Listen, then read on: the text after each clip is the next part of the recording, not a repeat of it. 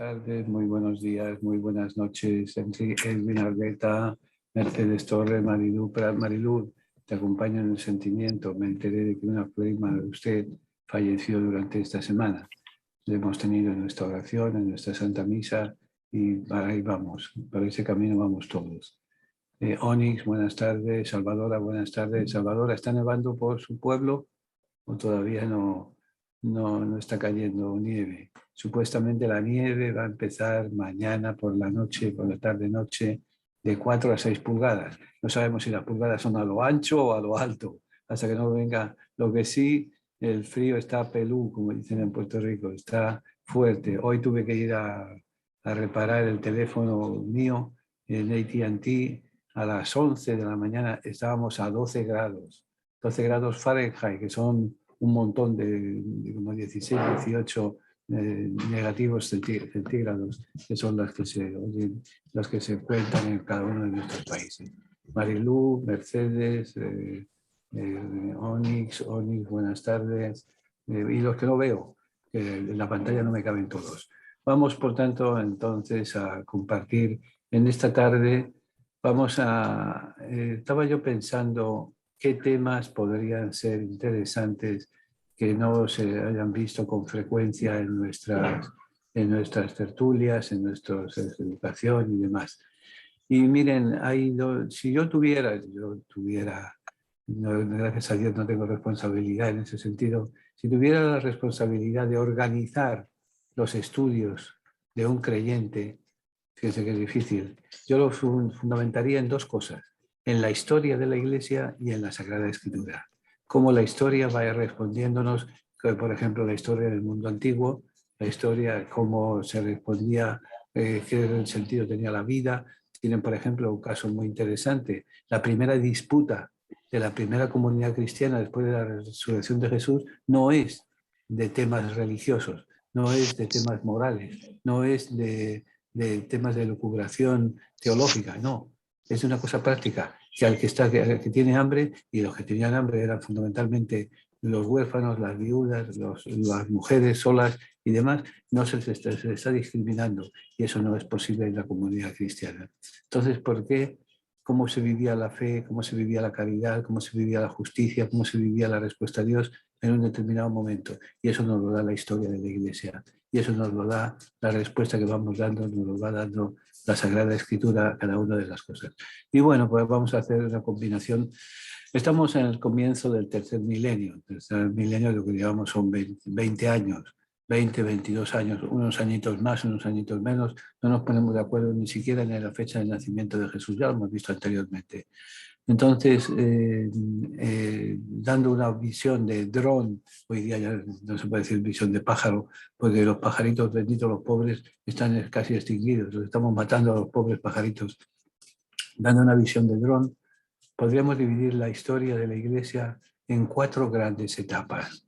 La primera, que abarcan más o menos 5 siglos. La primera es del nacimiento, persecución, destrucción y renacimiento, es del momento del nacimiento de Jesús al momento de la caída del Imperio Romano de Occidente. La segunda, del Imperio Romano de Occidente a la caída del Imperio Romano de Oriente, de la separación de la Iglesia de Oriente y Occidente en el 1054, con los ortodoxos por un lado y católicos occidentales por otro. Luego, después, la tercera gran ruptura es la Reforma protestante, la Reforma de Martín Lutero, Juan Calvino, Enrique VIII, Zwinglio, que rompen la unidad de la Iglesia. Más rota estaba, se podría decir, no podía estar, pero bueno, oficialmente es la ruptura del siglo XVI, el siglo de las rupturas y el siglo del nacimiento. Fíjense que es interesante que cuando han ocurrido una serie de acontecimientos importantes en la historia de la humanidad, han correspondido también movimientos importantes en la historia de la Iglesia, en la vida de la Iglesia, y de eso ha nacido una figura nueva de Iglesia. Pueden ser pandemias, pueden ser revoluciones, pueden ser rupturas, pero eso nos ha traído. Y luego la cuarta etapa viene siendo del Concilio de Trento con la Contrarreforma Católica al Concilio Vaticano II, del cual pues somos nosotros los primeros beneficiarios, que pasarán, como dice la canción, pasarán más de 1000 años, muchos más, hasta que se pueda poner en práctica ese modelo de iglesia que nos trae el Vaticano II. Pero Vaticano II no podemos verlo, no podemos analizarlo si no sabemos de dónde viene ni hacia dónde va. Entonces vamos a tener en los próximos 4 seminarios visiones de la iglesia, cómo fue funcionando la iglesia, cómo fue respondiendo la gente a la respuesta de la llamada de Dios a servir a cada uno de los hermanos. Entonces, vamos a ver esto, Mercedes. Ok. El cristianismo nació y se desarrolló dentro del marco político y cultural del humano. Esto hay que tenerlo muy en cuenta, porque pensemos que en el momento del nacimiento del cristianismo había una serie de imperios que ya prácticamente han desaparecido. Imperio romano, el poderoso, el imperio joven, imperio que sus consecuencias todavía nosotros hoy en día lo estamos viviendo. Por ejemplo, una cosa curiosa e interesante, cuando se muere un papa, lo lógico es que en la misa de difuntos se vistan de morado o de negro, se decía de negro antes de la reforma del concilio, no, se hace de rojo. ¿Por qué? Porque los senadores romanos se vestían de rojo en las grandes solemnidades. Y la mejor solemnidad era despedir a un papa que ha partido de entre nosotros. Hay que ir vestido de rojo. La misma palabra curia. Curia viene del Imperio Romano. El gobierno central del imperio era la curia romana. La curia romana es el gobierno central del Vaticano, desde donde se dirige, se maneja toda la iglesia. Y así podríamos ir viendo la influencia del imperio romano, el imperio griego, el imperio egipcio, el imperio sumerio, el imperio chino, el imperio indio. Son grandes imperios. Y es curioso como los grandes imperios nacen en torno a un río. El río el Éufrates, el Tigris y el Éufrates, en torno al imperio sumerio. El Nilo, en torno al Nilo, el imperio egipcio. En torno al Ganges, el imperio indio. En torno al río Amarillo, el imperio chino. En torno a qué río podemos decir en Manhattan, en torno a la desembocadura ¿cómo se llama el río de Manhattan? El río Henry Hudson, el río que rodea Manhattan. Pero bueno, Imperio Romano. Durante 3 siglos el imperio pagano persiguió a los cristianos porque su religión representaba otro universalismo y prohibía a los fieles rendir culto religioso al soberano. O sea, pensemos que la época del nacimiento de Jesús es época de grandes cambios y de grandes luchas y de grandes poderes poderosos. El gran poder era el Imperio Romano. El Imperio Romano que en estos días estaba yo monitoreando los canales de televisión un ratito que tenía antes de irme a dormir y vi una serie que estaban programando en una televisión europea, una televisión española, los ríos y los puentes y las vías de camino que usaban los romanos en Europa. Y es increíble cómo en la distancia larga que hay de Roma a El Cairo o de Roma a Siria y demás, la cubrían en 5 días, 6 días, 7 días, una serie de carreteras todavía hoy en día se están preguntando cómo diantres pudieron hacer esas carreteras. O sea, una infraestructura grande, pero también era el poder para llegar a cualquier parte. Entonces, el poder que persigue a aquel que se aleja de ellos y que les hace la sombra. Por eso el cristianismo es perseguido porque su religión representaba otro universalismo y prohibía el universalismo del pueblo de Dios, el universalismo en el cual Jesús es la figura principal. El Padre, el Dios Padre, el Dios Creador se nos presenta como Padre cercano y el Dios Espíritu se nos presenta como santificador. Entonces prohibía a los fieles rendir culto religioso al soberano. La expansión del cristianismo en el mundo antiguo se acomodó a las estructuras y modo de vida propia de la sociedad romana. El sistema de familia que tenemos hoy en día, bueno, ¿saben lo que significa la palabra parroquia en el griego antiguo? Porque eso sí, los romanos eran muy prácticos, eran bilingües la mayoría de ellos. No es como nosotros que hablamos, todos los hispanos, sobre todo ciertos hispanos, son bilingües. ¿Saben por qué? Hablan español y estupideces. Entonces, muchas veces los romanos solían hablar griego y los romanos cultos y los romanos que ocupaban puestos en el gobierno solían ser bilingües, griego y latín. latín era la lengua práctica, el griego era la lengua intelectual. Entonces, prohíben a los que se opongan a ellos el que hablen otro idioma, que hablen otra cultura, es la cultura dominante la que va a mandar, contra la cual se van a ir peleando. La expansión del cristianismo en el mundo antiguo se acomodó a las estructuras y modo de vida propio de la sociedad romana. O sea, cómo funcionaban los romanos, así funcionan ellos, así van a funcionar los seguidores de Jesús, las estructuras de la Iglesia. La Roma clásica promovió la difusión de la vida urbana, así las ciudades fueron sede de las primeras comunidades que constituyeron en iglesias locales. O sea, ¿cómo hacían? Iban un apóstol, iba un predicador, iba un misionero. Se van a formar de dos maneras. Una es el predicador que va de casa en casa, de pueblo en pueblo, de ciudad en ciudad, constituyendo pequeñas comunidades, y esas pequeñas comunidades se quedan en la ciudad, en el pueblo, en la villa, en donde sea, y desde la predicación, desde la forma de vida, van transformando. ¿Qué forma de vida es la que dan? La que nos predica Pedro, la que nos predica Pablo, la que nos predica Juan, la que nos predican. Hay que pensar eso. Ellos se dirigen a las pequeñas comunidades que van, poco a poco, van acercándose al cristianismo. Las comunidades cristianas estaban rodeadas de un entorno pagano hostil. O sea, no les fue fácil desde un primer momento el hacer presencia, sobre todo los 3 primeros siglos, se jugaba en el pescuezo, se jugaba en la vida. La comunión y comunicación entre esas comunidades eran reales y todavía todas tenían un vivo sentido de hallarse integradas en una misma iglesia universal, la única iglesia fundada por Jesucristo. O sea, hicieron lo que conocemos entre nosotros una pirámide. Una pirámide que la punta de la pirámide era Dios, la punta humana el primero era el Papa que tenía una jerarquía, una serie de asociados que eran los supervisores. La palabra obispo es episcopos en griego, episcopos es el supervisor. Entonces el supervisor que va controlando una serie de comunidades, una serie de aldeas, una serie de familias, los va supervisando, los va cogiendo y demás. Y entonces cada una de esas pequeñas aldeas, de esas pequeñas comunidades, están presididas por un anciano que muchas veces es medio ciego, por eso se llama el presbítero, el anciano que tiene problemas de la vista.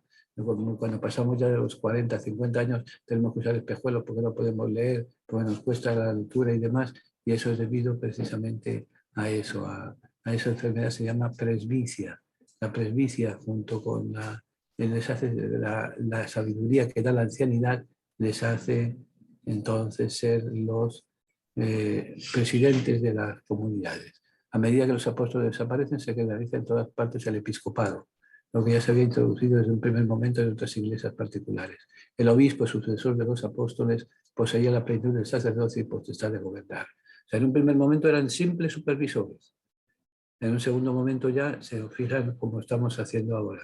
El episcopado, el obispo es el supervisor y tiene a su cargo una serie de comunidades que están presididas por los ancianos, los presbíteros, y que están servidas por el servicio de la caridad, la diaconía, los diáconos.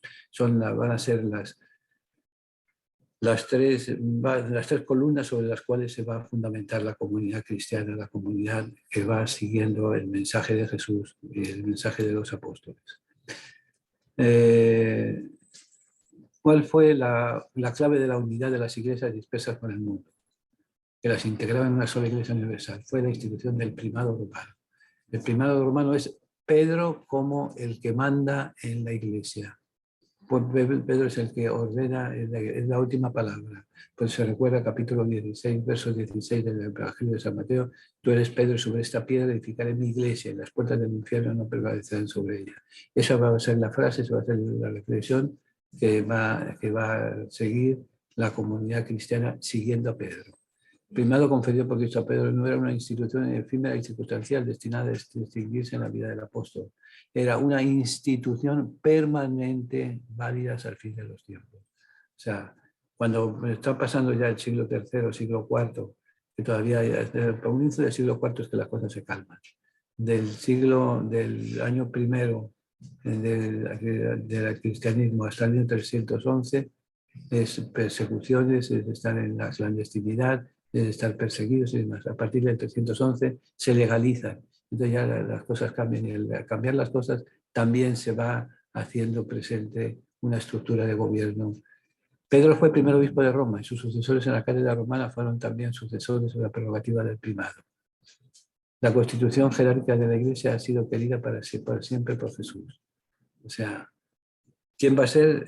¿Por qué en Roma? Pues porque lo decíamos hace un ratito.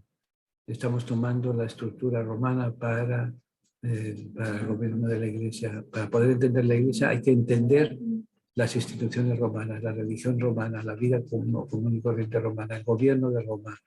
¿Por qué? Porque eso va a ser una especie de ósmosis que van a los primeros cristianos. Por eso Pedro no era nadie si no va a Roma. Como hoy en día, si uno no viene a Nueva York, si uno no viene a Washington, si uno no viene a California, dependiendo de lo que se dediquen, no cuenta. Para triunfar en el mundo hay que triunfar en Nueva York. Para saber gobernar el mundo había que gobernar Roma, había que estar en Roma, había que conocer la esencia romana. Pero pensemos, el pobre Pedro, que era un bravucón y eso, pero a duras penas sabía leer y escribir, y a duras penas sabía algunas palabras de latín, su lengua era el arameo, y con eso se defendía. Por eso tiene que buscar personas que le ayuden. Y cuenta la tradición que Marco va a ser el ayudante del secretario de él, el que va a estructurar el pensamiento de Pedro, que Pedro es el que se lo transmite. La Iglesia romana es centro de unidad de la Iglesia universal. Hay que tenerlo eso claro. Conocer el mundo romano, Pedro que se dedica a vivir en el mundo romano, y eso va a ser el centro de la unidad de la Iglesia universal. Y luego después se va a acuñar la frase de donde está Pedro está la Iglesia. Donde está Pedro, ahí estamos todos. Y Pedro está en Roma, y la Iglesia está en Roma. Por eso ha habido a lo largo de la Iglesia, lo veremos en su momento, una serie de cismas, una serie de separaciones que precisamente bregaban con eso de la unidad de la Iglesia en torno a Pedro, en torno al Papa. De esto, entre paréntesis, si alguien de ustedes tiene dudas según estamos hablando y demás, simplemente saben cómo hacerlo. Ponen un Messenger, ¿no? ¿Un chat? Un chat, abren un chat y ponen la pregunta y y yo lo que sepa se lo digo, lo que no me lo invento, como ustedes no saben nada, así que tengo que jugar con un poco de ventaja, porque si no son muchos contra mí. Un segundito que he hecho agua.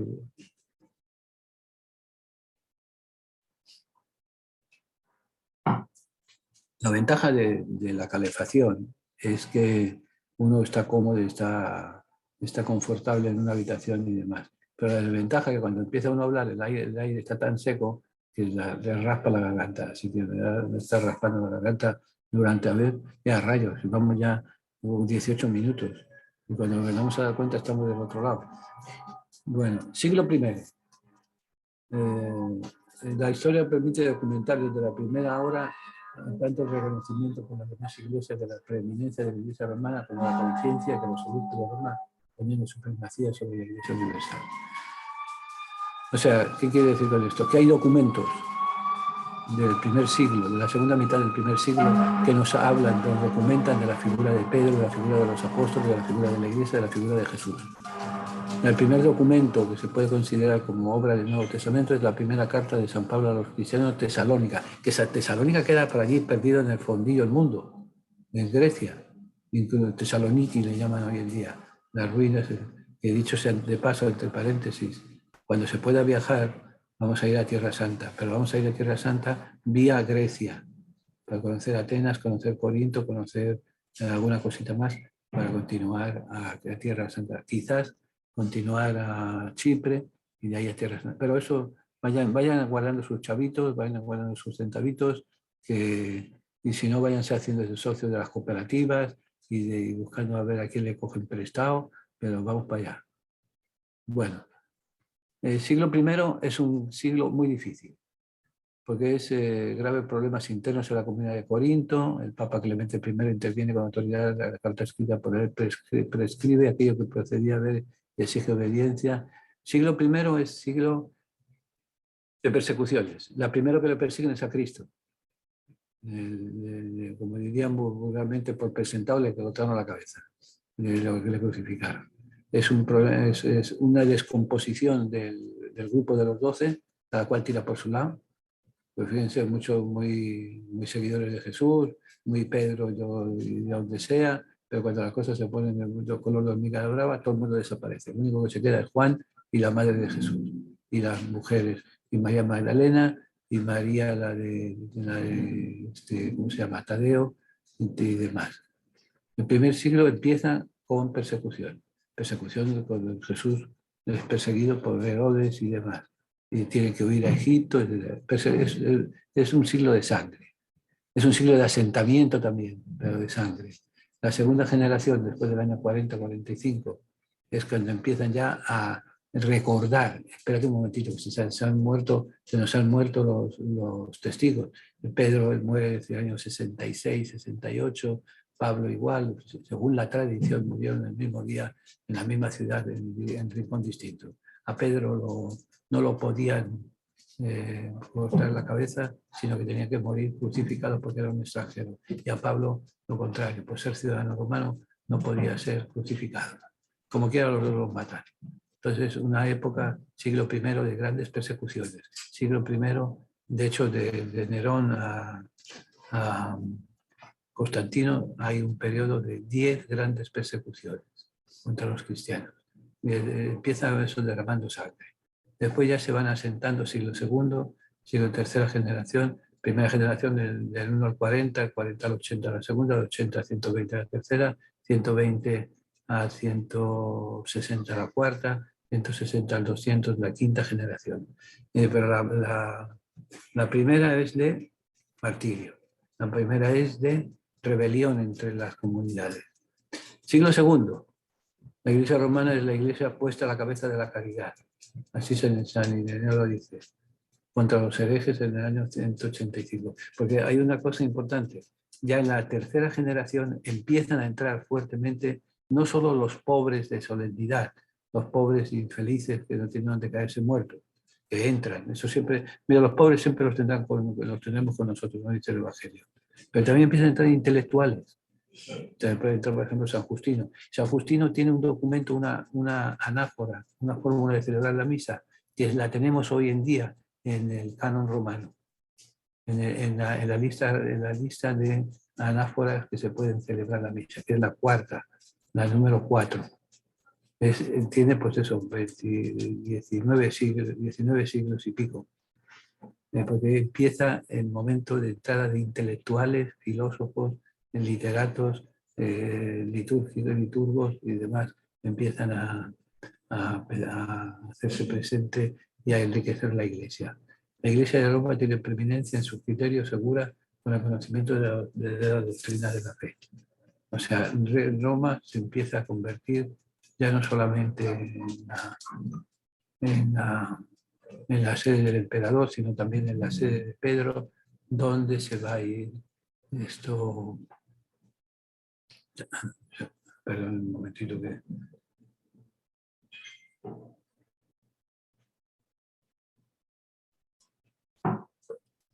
Hasta el siglo IV la gran mayoría de los fieles no eran hijos de padres cristianos, sino personas nacidas en la gentilidad que se convertían a la fe en Jesucristo.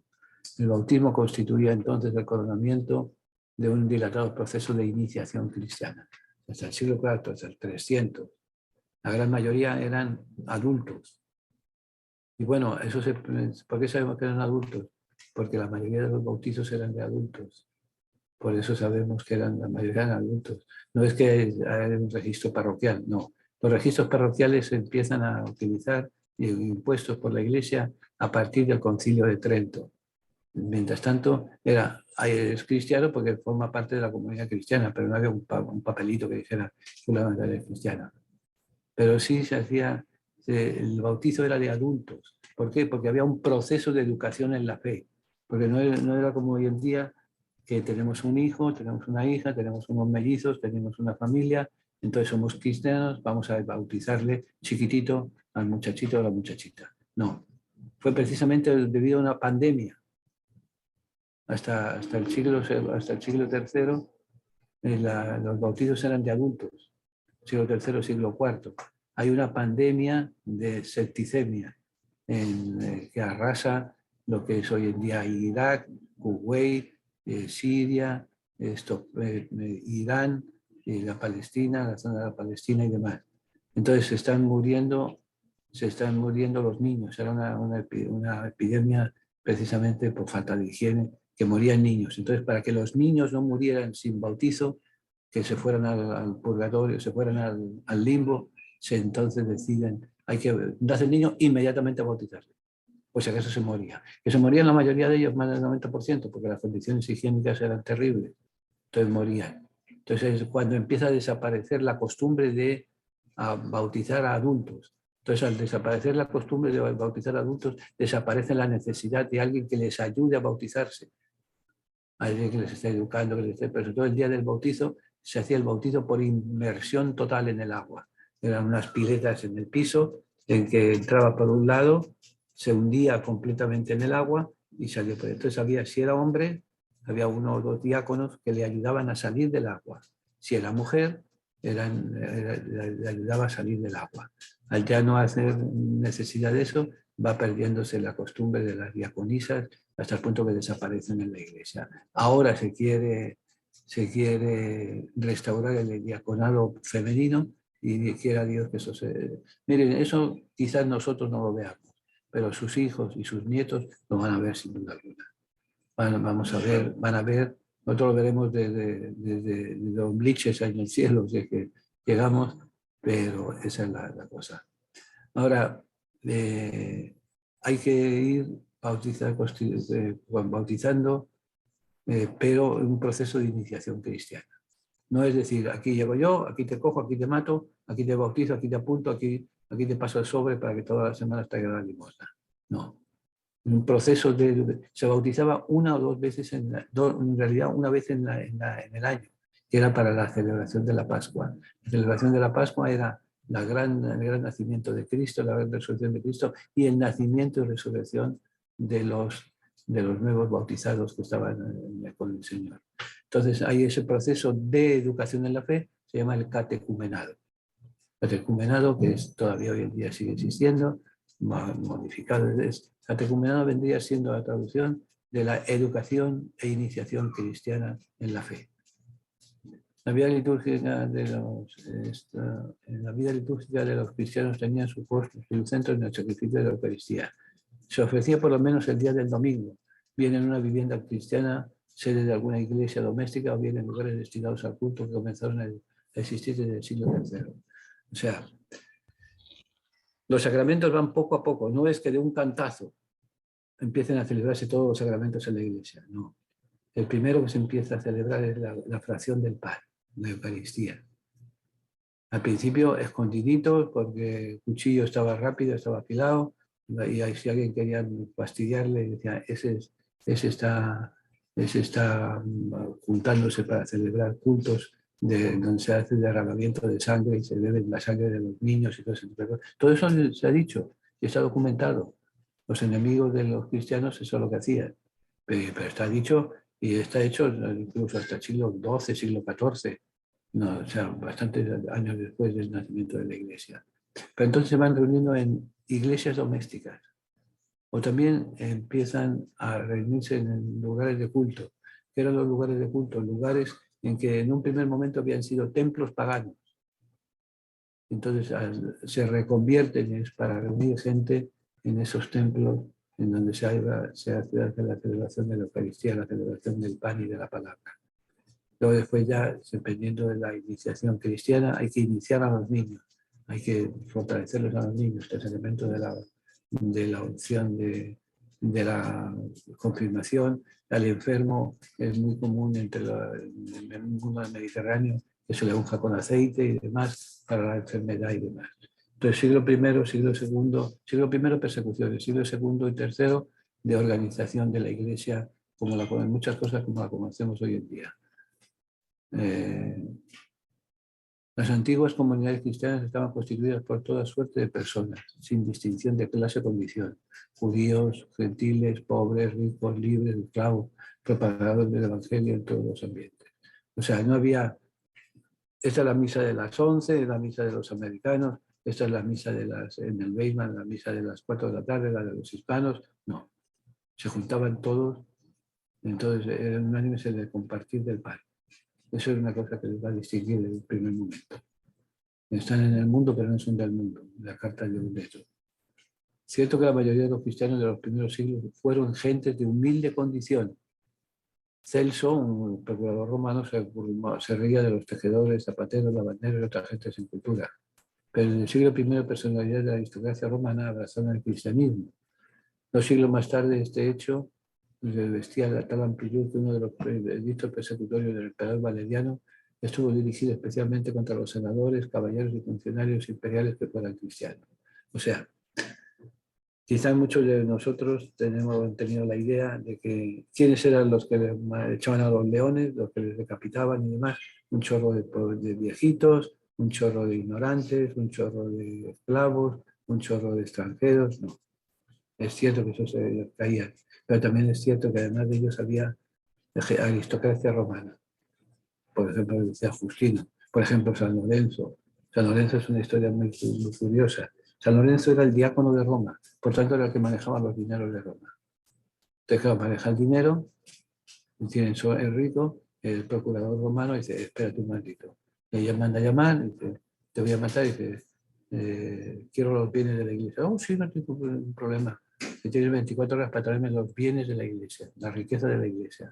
Y dice, sí, no, yo te lo traigo. Entonces el procurador romano pues, darse las manos, van a traer un montón de tesoro y de dinero y de oro y de piedras preciosas y demás. Y de repente se presentó con los ciegos, con los tuertos, con los mancos, con los hombres, con los borrachos. Dice, ¿cómo? Te está riendo a mí. Dice, no, esta es la riqueza de la iglesia. El pobre, el desplazado, el abandonado, que nadie quiere saber de él. En la persona que sufre es donde encontramos el Evangelio. Y eso lo hacían también entre los diáconos que se encargaban de ello. Vamos a ver.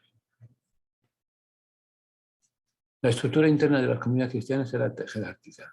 O sea, era una jerarquía. El obispo estaba asistido por el clero, cuyos grados superiores, sacerdotes y diáconos eran como el episcopado de institución divina. O sea, 3 etapas, tres escalafones. El más que manda era el obispo. Junto a él, ¿quién eran los que más que obedecían? Los clérigos. Los clérigos están formados por sacerdotes y diáconos. Se habla que el episcopado, el presbiteral y el diaconado son de institución divina. O sea, alegan que fue instituido por el Señor en 2 ocasiones. Una, cuando le dice el capítulo 16 de San Mateo, tú eres Pedro, sobre esta piedra edificaré mi iglesia. Y luego la última cena, en que les da a compartir el pan y el vino. Ese es el momento. Luego después existen clérigos menores, asignados a determinadas funciones eclesiásticas, apareciendo en el curso de estos siglos. Todos esos menores estaban en el hostiario. El hostiario era el que abría y cerraba las puertas de la capilla, de la iglesia. El exorcista, que se daba la delegación para que hiciera exorcismo. El acólito, el que servía en el altar. Eran órdenes menores que entraban ya en el clero. No sé, quizá muchos de ustedes se acordarán, porque son mayores, pero no son tan jóvenes, de cuando éramos jóvenes, el cura tenía cortado el pelo en la cabeza. Tenía al lado de la coronilla le cortaban, le hacían un boquete del pelo, era la coronilla. Eso indicaba que ese señor había entrado a formar parte de la clerecía, tenía las órdenes menores. Órdenes menores que eran hostiario, el que abre la puerta de la iglesia, acólito, el que sirve el altar, exorcista, el que escucha a los demonios, y el lectorado, el que leía los avisos en público, porque la lectura de la palabra de Dios estaba reservada a los diáconos, subdiáconos y sacerdotes. No podía una persona que no fuera diácono o subdiácono leer la palabra, los sacerdotes leer la palabra de Dios en público. Entonces cada cual pues leía la palabra de Dios cuando le parecía bien, como le parecía bien. Entonces llegó un momento en que, sobre todo a partir de la reforma de Enrique VIII y de Lutero, se prohíbe a los católicos leer la palabra de Dios, y así hemos estado hasta prácticamente el Concilio Vaticano II. Pero bien, esos eran los que tenían la...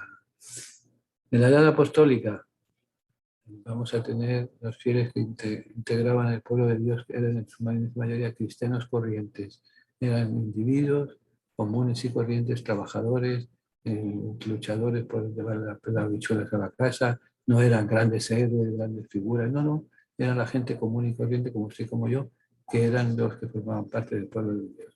Habían escuchado a Dios, habían escuchado una predicación, habían decidido formar su vida, dirigir su vida de una determinada manera, y esos iban a la Santa Misa, eran los que dice San Agustín en uno de sus sermones, en torno a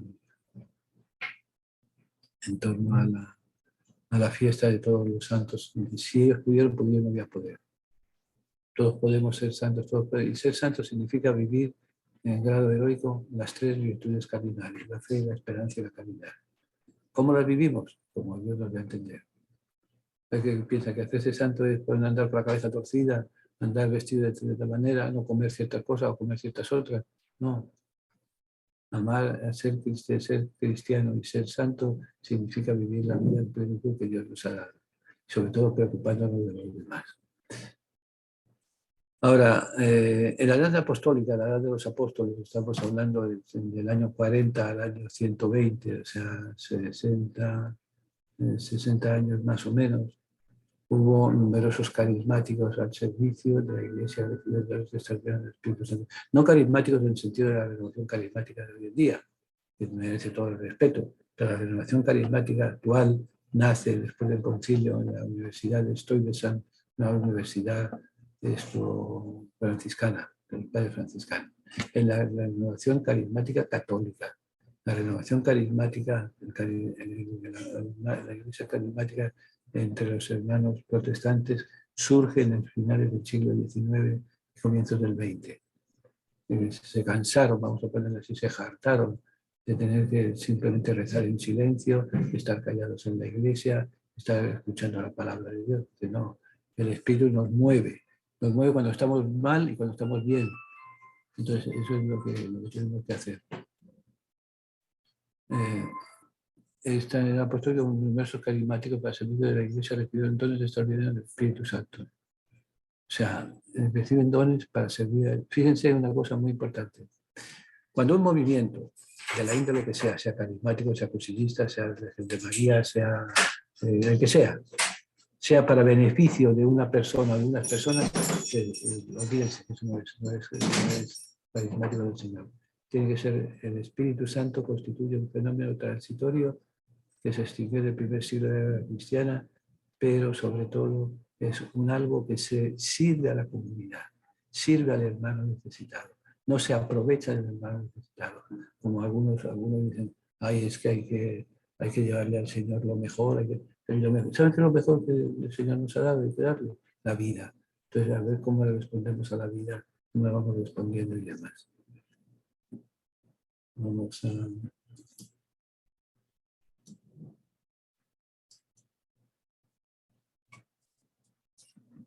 Mientras duró la época de las persecuciones, o sea, hasta el año 313, gozaron de especial prestigio los confesores de la fe. ¿Quiénes eran los confesores de la fe? Pues eran aquellas personas que lograron librarse de que les cortaran la cabeza, pero no dejaron de ser creyentes y confiesan que creen en Dios. Por eso los santos, hay sus categorías. Los mártires, los confesores de la fe, las vírgenes, las viudas, los viudos y demás. Los religiosos, las religiosas y demás. Dentro de la gran estructura que forma la Iglesia, los que confiesan su fe. No es necesario tener que ser. Los que son mártires, esos van de un cantazo, van a la santidad. Se olvida la necesidad de milagros y demás, pero para se declara beatos. Para ser santos se necesita que hagan un milagro por lo menos. Antes eran 2 milagros, ahora uno es suficiente. Entonces esos confesores de la fe confiesan con su vida, son testigos, confesores con ser testigos de la fe en medio de la comunidad. Hay, por ejemplo, otro grupo que ha desaparecido, quedan algunas en algunas iglesias, en algunos sitios, las viudas. Permiso un momentito.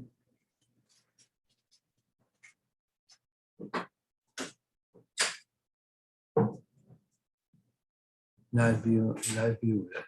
Atendían a los ministerios con mujeres, porque miren, enfermarse se pueden enfermar los hombres y se pueden enfermar las mujeres, pero muchas veces no dan pues, cierto reparo, cierto pudor, ciertas cosas, a ayudar a una mujer enferma en la cama, hay que bañarla, hay que llevarla al baño, hay que atenderla y demás. Entonces, qué mejor que otra mujer la atienda.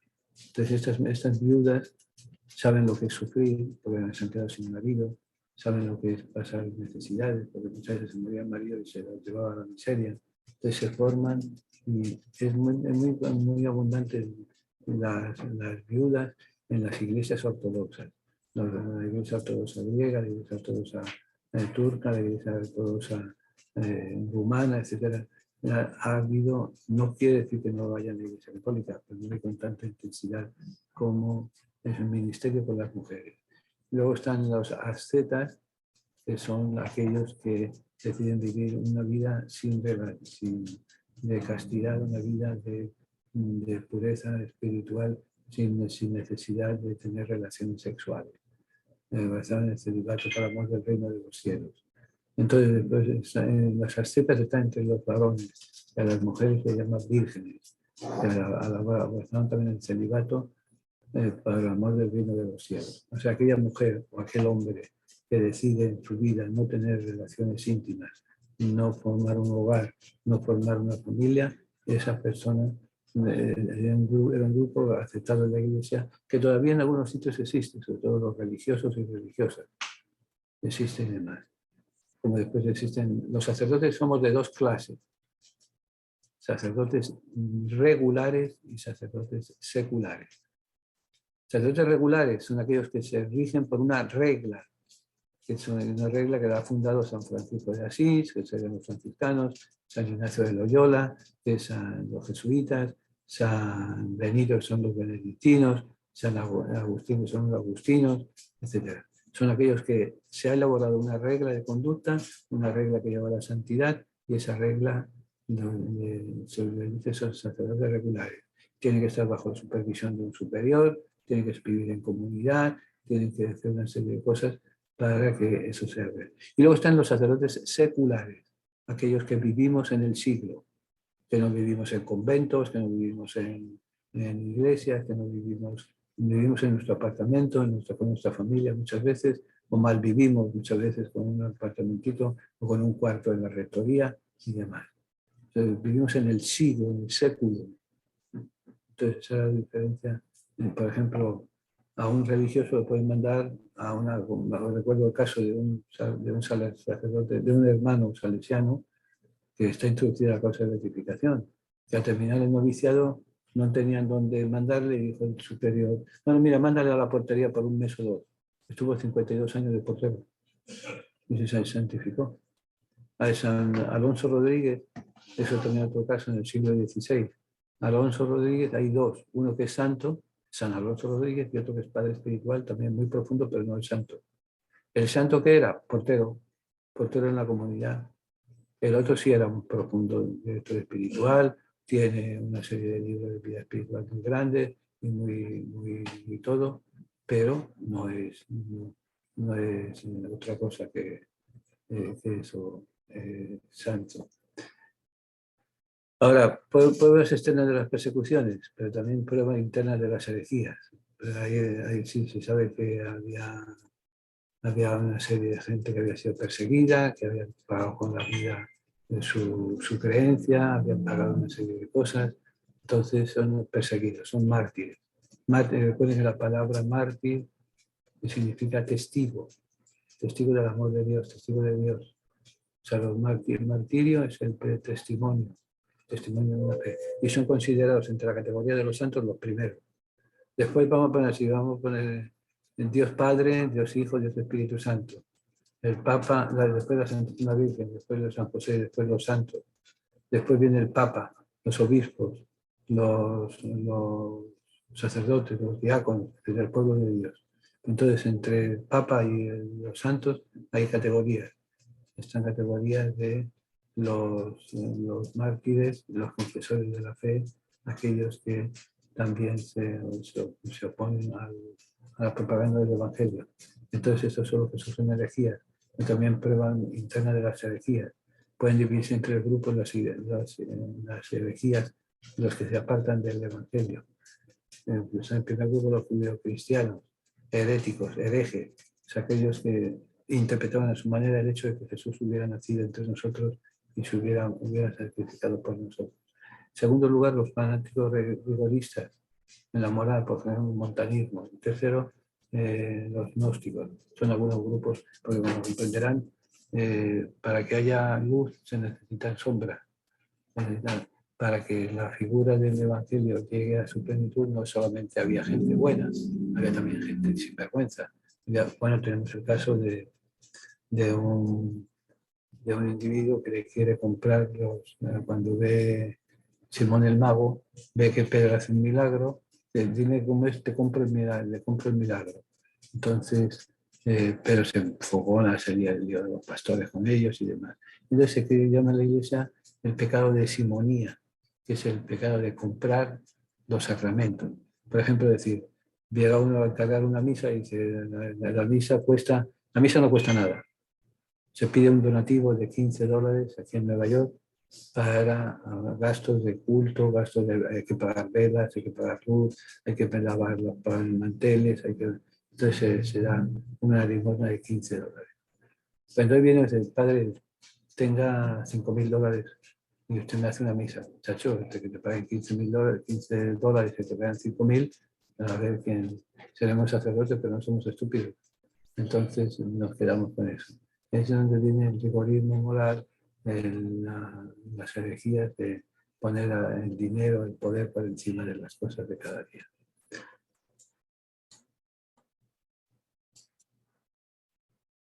El avance del cristianismo se interrumpió tras la muerte de Constantino, si se efectúa el frustrado intento de restauración pagana profundida en un apóstata.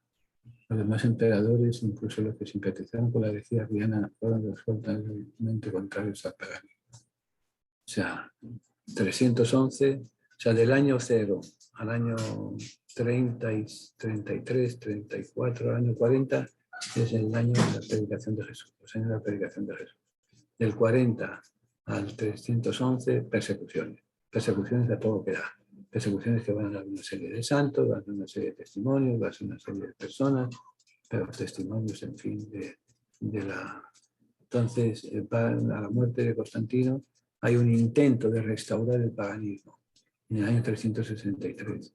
Juliano el Apóstata es el que se cuenta la leyenda de que muere caído del caballo, entonces se enfrenta contra Cristo y le insulta, le tira arena a la cara de Cristo y dice, venciste Satanás, eres un Satanás para mí.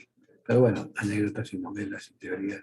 El hecho es que en 363 hubo un intento de parar el cristianismo porque había sido declarado incluso religión de Estado.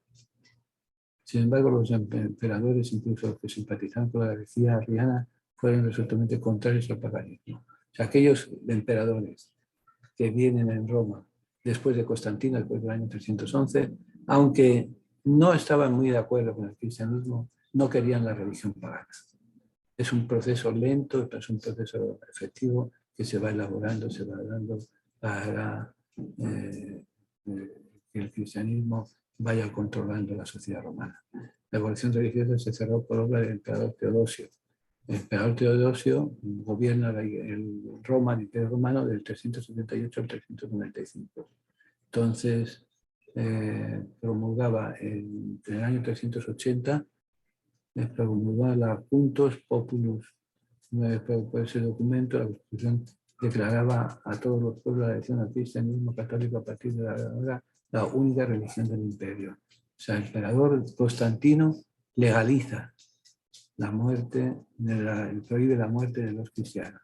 Teodosio acaba con todos los cultos del paganismo y dice, la única religión permitida en el imperio romano es el cristianismo. Ya olvídense de los dioses, olvídense, ahora el único que manda aquí, el más que manda aquí, es el cristianismo.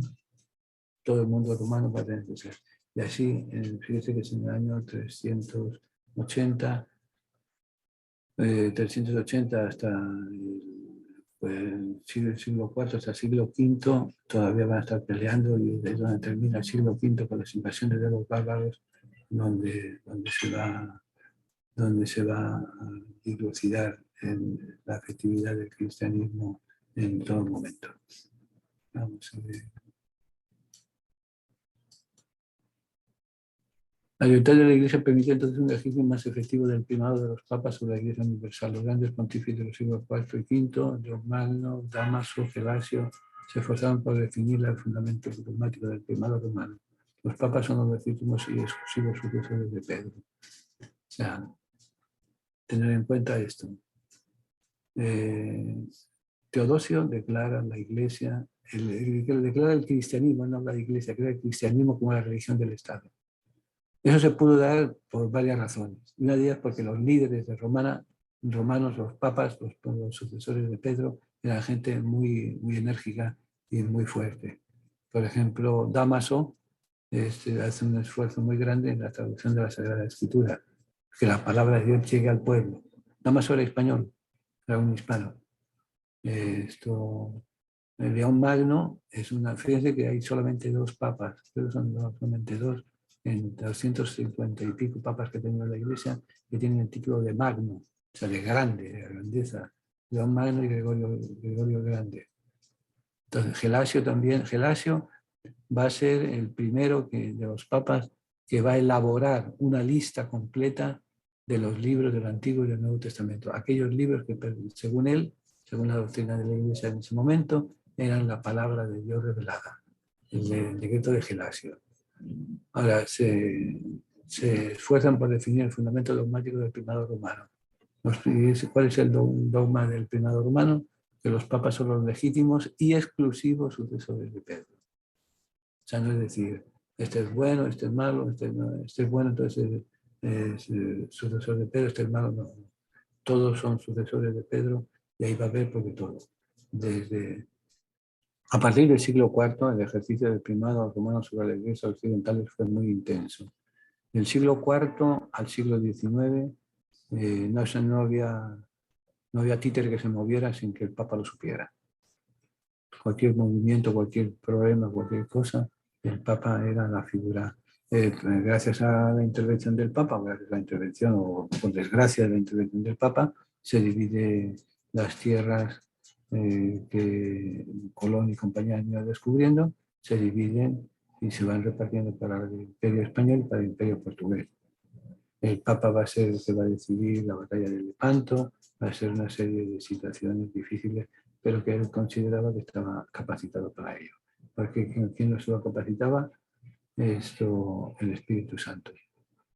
En Oriente, el concilio de Sálvica, que se lleva a cabo entre el año 343 y 344, o sea, en el siglo IV, sanciona el derecho de cualquier obispo del mundo a recurrir como instancia suprema al pontífice romano. ¿Qué quiere decir esto?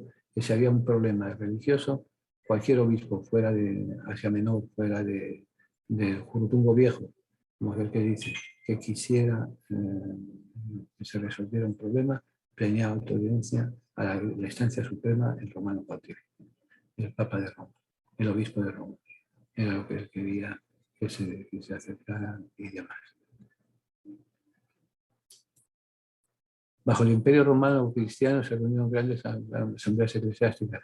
Esas asambleas eclesiásticas se llaman los concilios ecuménicos o los concilios universales.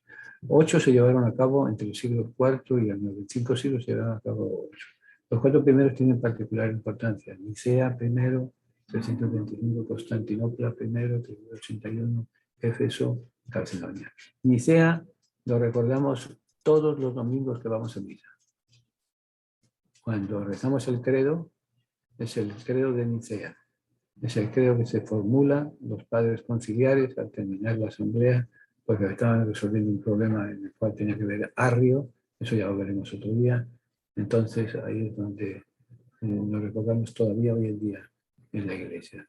Constantinopla, la ciudad de Constantinopla, es la ciudad de Estambul actualmente.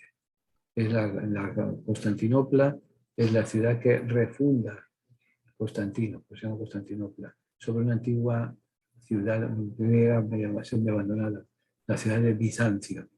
¿Por qué se llama la ciudad de Bizancio? Pues fue fundada por un héroe mitológico que se llama Bizas.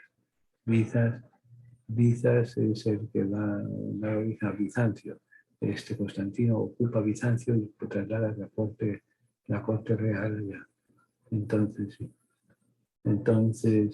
Éfeso está en el Asia Menor, tiene una gran importancia porque en Éfeso es donde se declara a María la madre de Jesús, la madre de Dios. Y Calcedonia también se proclama autoemperero. Su convocatoria estuvo por sello de ordinario del emperador. En varias convocatorias ella fue promovida por una iniciativa pontificia. Los legados papales ocupaban lugar en la obra conciliar. ¿Qué quiere decir con esto? Que los concilios, la máxima autoridad era el Papa, pero estaba disimulada por un delegado. El emperador iba de delegado que hacía y decía lo que le daba la gana, pero delegado al fin y al cabo. Pero son sobre todo, Nicea, Constantinopla, Éfeso y Calcedonia, concilios que tienen que ver con el dogma de los dogmas trinitarios y los dogmas cristológicos, las enseñanzas cristológicas y demás. Va a haber entonces una separación poco a poco que va a culminar en el año 1054. Es una separación debida a una cosa muy, muy insólita, el lenguaje. Recordemos que en Oriente se va a hablar arameo, se va a hablar un poco de griego, se va a hablar árabe, se van a hablar lenguas orientales, lenguas semitas. En Occidente va a ser el latín y el griego. Entonces no van a ponerse de acuerdo, y entonces todo el tema de la separación del Espíritu Santo y demás, el honor del Espíritu Santo, sobre las discusiones van a ser en griego, cosa que los delegados de Roma no entendían. Y obviamente que los otros tampoco entendían el latín. La desinformación va a llevar a la ruptura de la Iglesia, va a llevar a los problemas que hemos visto hasta el día. Después de Calcedonia, postura de Oriente cristiano ante Roma, atribución del Papa, la primacía de honor en todas las iglesias, reconocimiento de autoridad en el terreno doctrinal, terreno postural disciplinario. O sea, lo que se viene a decir es lo siguiente. Después del concilio de Calcedonia, es lo que se va a decir, quien manda, el que tiene primero, el que tiene la primacía de honor, es el Papa de Roma. El patriarca. Se habían fundado las sedes siguiendo los antiguos patriarcados.